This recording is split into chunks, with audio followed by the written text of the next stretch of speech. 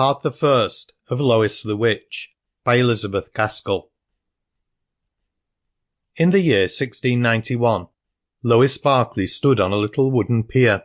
steadying herself on the stable land in much the same manner as, 8 or 9 weeks ago, she had tried to steady herself on the deck of the rocking ship which had carried her across from old to New England. It seemed as strange now to be on solid earth as it had been not long ago to be rocked by the sea, both day and by night, and the aspect of the land was equally strange. The forests which showed in the distance all round, and which in truth were not very far from the wooden houses forming the town of Boston, were of different shades of green, and different, too, in shape of outline to those which Lois Berkeley knew well in her old home in Warwickshire.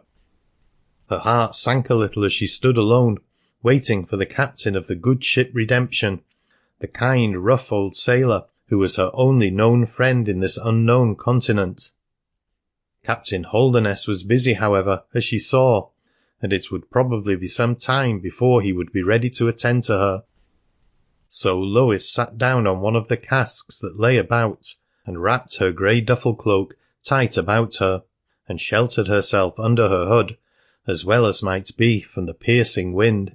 which seemed to follow those whom it had tyrannized over at sea, with a dogged wish of still tormenting them on land.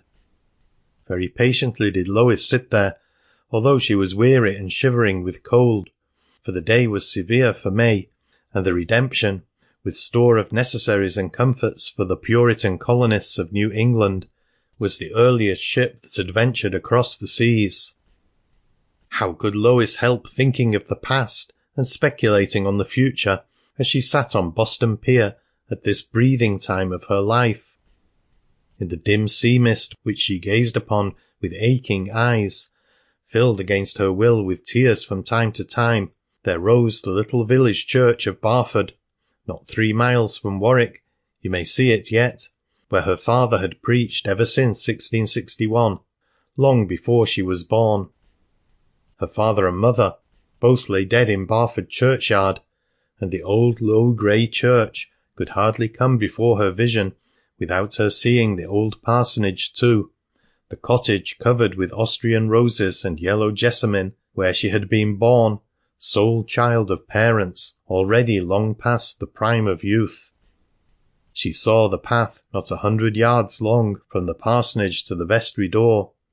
that path which her father trod daily.